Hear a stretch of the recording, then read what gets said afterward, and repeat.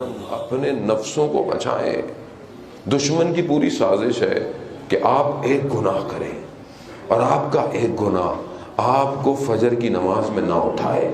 وہ آپ کی ایک نماز قضا کروانا چاہتا ہے. وہ آپ کی ایک نگاہ کو حرام کی طرف متوجہ کرانا چاہتا ہے. ایک نگاہ. اور آپ جانتے ہیں امام خمینی کہتے ہیں کہ ایک نگاہ نامحرم انسان کو صدیوں کے فاصلے میں پھینک دیتی ہے. میری تو زندگی صدی ہے ہی نہیں. اور میں نے ایک اور عالم کا قول پڑھا جو کہتے تھے کہ ایک نگاہ نامحرم 2000 سال پیچھے پھینک دیتی ہے. 2000 سال. میری تو عمر نہیں ہے, میں کتنا جیوں گا؟ 50 سال. 50 سال بھی جیتا ہوں تو میں 1950 سال مائنس ہوں. اسی لیے کہا ہے کہ شب قدر میں جاگو اور عبادت کرو.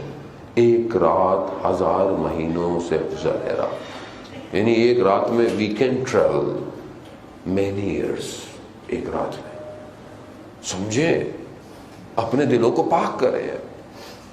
میں بہرحال جوان بیٹھے واقعہ میں پہلے کئی دفعہ پڑھ چکا ہوں بہرحال ان کے قلوب کے منور کے لیے کہ کتنا اہم ہے یہ جوان. میر داماد کا واقعہ کہ جو عالم دین تھے ان کے لیے, ان کے والد کے لیے کہا جاتا ہے. اصفہان کا واقعہ. اصفہان میں تھے, بادشاہ کے گھر جو بادشاہ تھا اس کے گھر میں جھگڑا ہو گیا. ایک بیٹی بادشاہ کے گھر سے نکل گئی.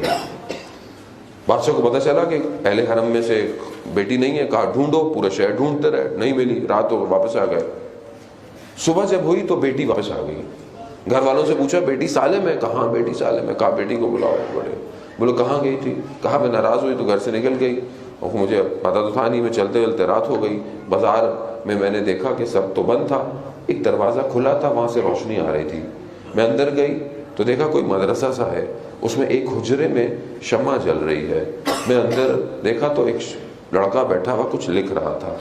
تو میں اندر آیا تو میں نے جب اسے کہا کہ, اور اس نے مجھے رات گزاری اور میں واپس آ گئی. اس نے کہا تم نے کھایا کیا؟ کہا اس کے پاس پیاز اور روٹی تھی, اس نے مجھے وہی دی. اس نے کہا اس نے کیا کھایا؟ کہا اس کے پاس تھا ہی ایک بندے کا کھانا. کہا اس لڑکے کو بلاؤ, اس طالب علم کو بلاؤ. اس لڑکے کو بلایا. کہا کہ تم نے میری بیٹی کو دیکھا تھا؟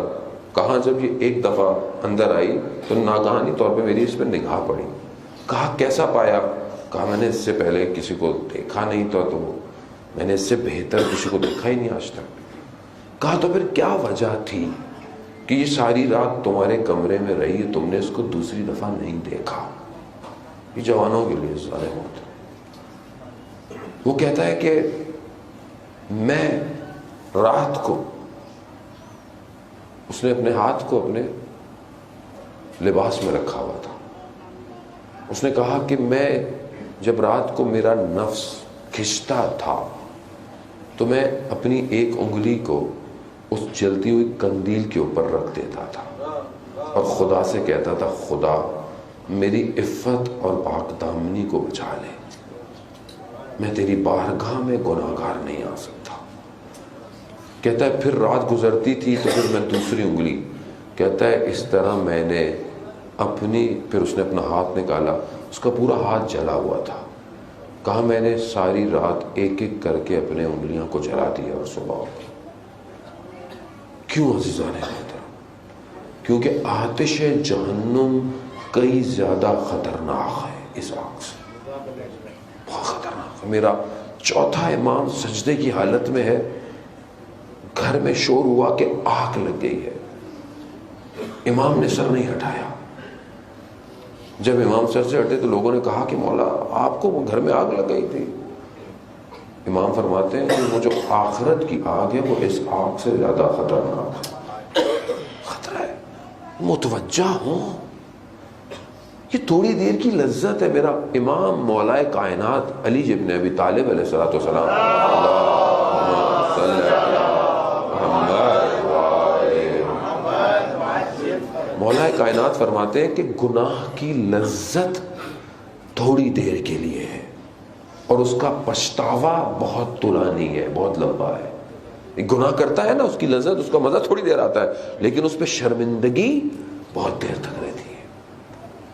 اپنے آپ کو بچائیں عزیزان محترم, اپنے آنکھوں کو, اپنے وجود کو پاک کریں. اس پاکیزگی کا خریدار امام زمان